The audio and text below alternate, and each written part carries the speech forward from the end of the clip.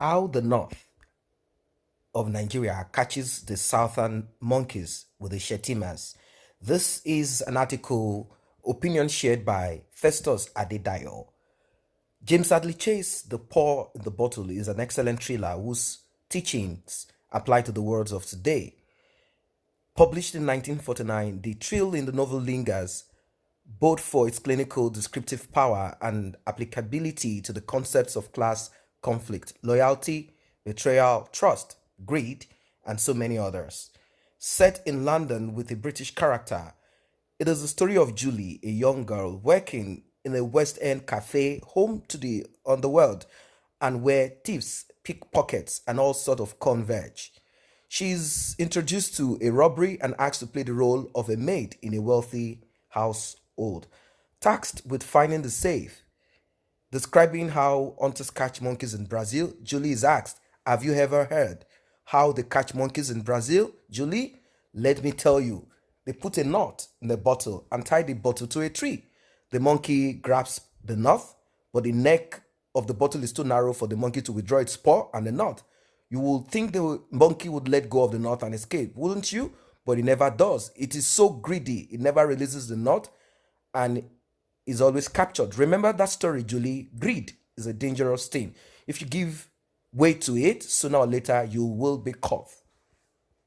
Nigerian politicians have over time practicalized this Brazilian hunting gambit, even exhibiting far greater proficiency and master of it than the hunter himself. The politician uses the troika of ethnicity, religion, and messianism as his own paw in the bottle, which the Nigerian monkeys grasp and never let go. This has gone on for so long that the monkeys have remained in their self imposed prisons, even when borrowing from immortal Bob Marley of the Whalers fame, there is no chain around their feet, but they are not free. Convinced that the knots they keep in the bottle for the 2015 and 2019 Nigerian presidency have effectively arrested our monkey, President Arewa Youth Consultative Forum, Yerima Shetima, has been told by our northern Nigerian captors, Nigerian version of the Brazilian hunter, to go and hunt monkeys again for 2023. Suave, assertive, glib like a demagogue, Shetima knots in the bottle are very attractive and fascinating, and we are about to grasp them. Like the Brazilian monkeys who surround that bottle where those fascinating knots are kept, there is no gainsaying the fact that the day the poor of Nigerian North and the oppressed of the South wake up to the reality that they are pawns in the chess game of the hegemons and politicians, that is the day of their liberation. It is the same way that they say the day James Adliche's monkey realizes that it is a captive arrested by its acute fascination with a dude that is not real. It is a free man that day. Shetima, in a video that has gone viral, circulating like an infectious pestilence, had told Nigerians why the North has to remain in power for another 4 or 8 years after Muhammadu Buhari must have vacated office, if he will at all. He has also granted some newspaper interviews where he cloned same narcissistic views delivered in an accurate thought like a pugilist blow. Shetima was very convincing, like the nuts inside the bottle. Hear him and permit me to quote him extensively as published by one of the newspapers last week. Word for word, "It is unfortunate that many Nigerians are not being fair to the North. The North is presently seriously marginalized. Forget that President Buhari, a Northerner, is in power. Although Buhari is in power, but under him, North is being marginalized. North is really suffering under Buhari's leadership. Today in Nigeria, a Northerner is in power, but the truth is this: it is the Southerners that are enjoying. Buhari's government is a government of the Southerners, especially the Southwest. Everything in Nigeria today favors the Southwest. The economy, the infrastructure, just mention anything, it is only the Southwest that it favors. For us in the North, we cannot continue to fold our hands. And that's one of the reasons we believe that after Buhari, the next president should also come from the North. Then, apart from that, between 1999 and now, the South has ruled for 15 years. But by the time Buhari would finish his second term in 2023, the North would have just about 9 years. Let me break it down to make it easy for Nigerians to understand my logic. Former President Olusegun Obasanjo, a Southerner, a Yoruba man, spent 8 years. Former President Goodluck Jonathan spent 6 years plus before he became president. He was acting president of Nigeria, but later had to complete late President Umaru Musa Yar'Adua tenure when Yar'Adua, a Northerner, died in office. So, in the spirit of justice, equity, and fairness, it is not clear that it is supposed to be the third. It is not clear that it is supposed to be the third of the North in 2023. He asked, why insisting on 2023? The North is not asking for too much. Other Nigerians should be fair to the North. It is the North's turn in 2023, and any political party that fails to have a Northerner as its presidential candidate in 2023 will fail. Any party that presents any presidential candidate that is not from the North is doomed. Enough is enough. The North is suffering already under Buhari. We should not again be denied come 2023 ticket. Those Nigerians that are saying that the North is greedy are actually the greedy ones. They are the ones that don't believe in equity and justice. After South has spent 15 years with Obasanjo and Jonathan, and the North only 9 years, by the time Buhari would have completed the second term in 2023, it is fair and logical that the North should produce the president in 2023. The North is taking the issue seriously, and the North is not asking for anything extraordinary by insisting that it is our turn in 2023. Any political party that fails to pick a Northerner as its presidential candidate in 2023 will fail. There are two very disgustingly prominent cans in Shettima's doggerel above, and they ooze out very smelly tank. The first is a narrative that the North had promoted to a level of lie since the fake federalism, which was sired by the military, was heralded in 1966. The narrative goes that the South is in charge of Nigerian economy. It may well be true for some ages and time, but gradually, from the time of General Ibrahim Babangida and down to the current regime of Muhammadu Buhari, especially with the later brazen deployment of chronism and ethnic ascendancy, this product of a natural economic system has been debased. I will explain presently. Nigerian political economic theorists who canvass that ownership of production is the greatest resource in a political power base never reckon that a ruler with an acute disregard for process, norm, and obsession for cronies would emerge in power someday. Right now, since the incineration of norm and due process of ascension to positions of economic authority by this government, the North is having a fifth hold on the Nigerian economy. We can call that a fiefdom. You see, the North presently, through Buhari, they are occupying all the position. The equation is such that never in history of Nigeria have we had an executive who possesses a Mandarin power like the one currently sitting comfy in the hands of landlords of the Rock of Aso Villa. Check where Southerners sit as chairman on alleged economic pillars of Nigeria and search out the power locus of such establishments. They have appointed under them managing directors or some power subordinates who are answerable only to the villa. When you read the acts and set up those economic pillars, you realize that Shettima was merely playing a banjo of lies so as to draw the monkeys to the knot in the bottle. The acts are worded like this: the board shall decide.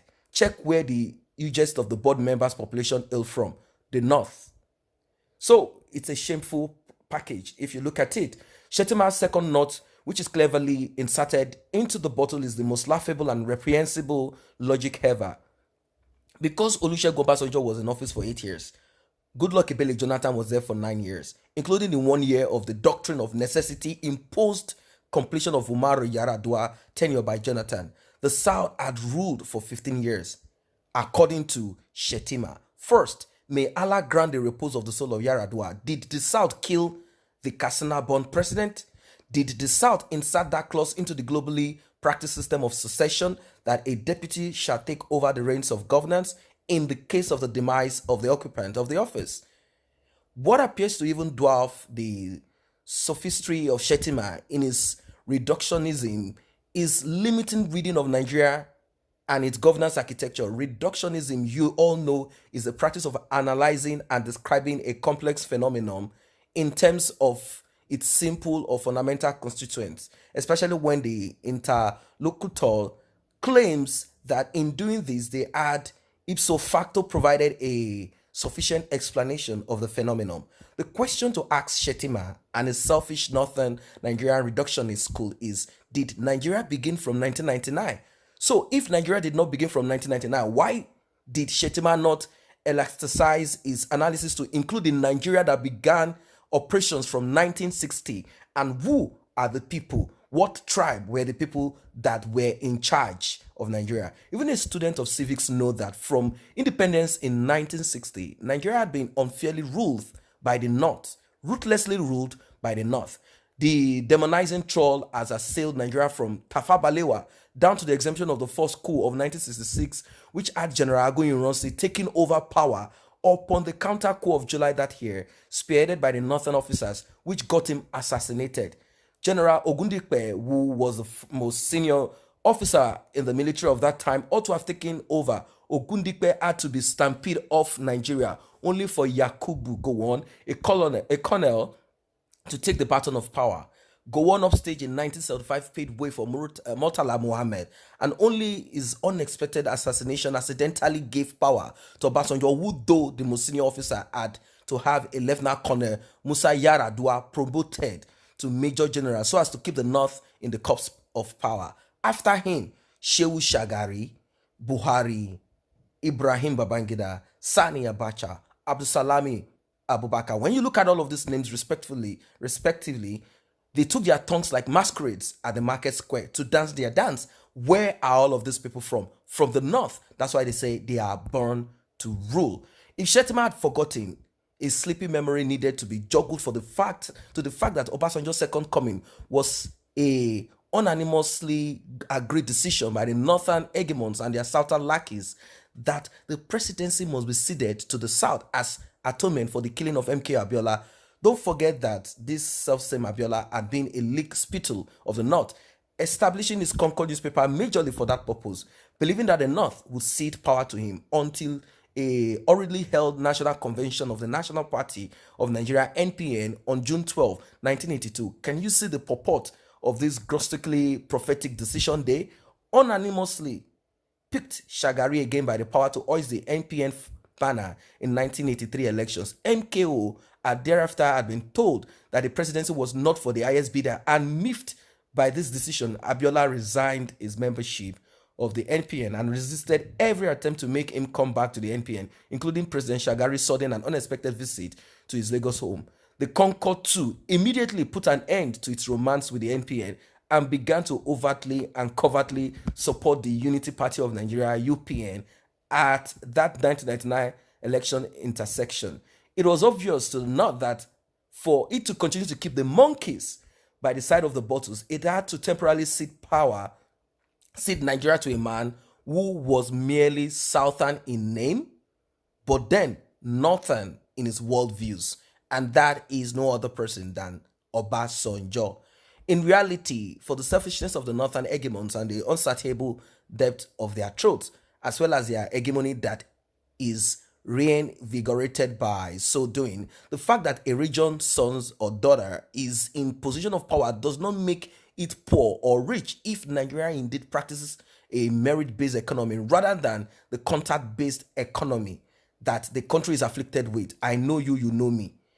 The truth is that the poor of Malufamshi is the same as the poor of Arochukwu and the poor of Iberekodo. From the north to the south, they are the same poor. It's just some few people that are making money out of that contraption called Nigeria. That's just what it is.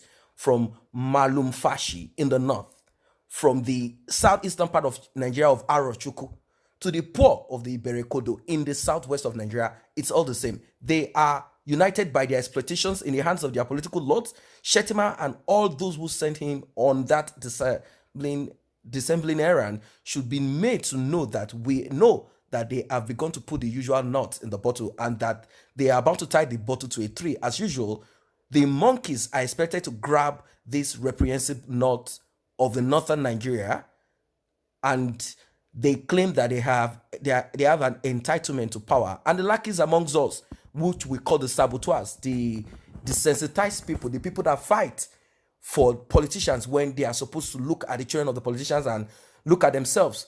Well, it's quite unfortunate.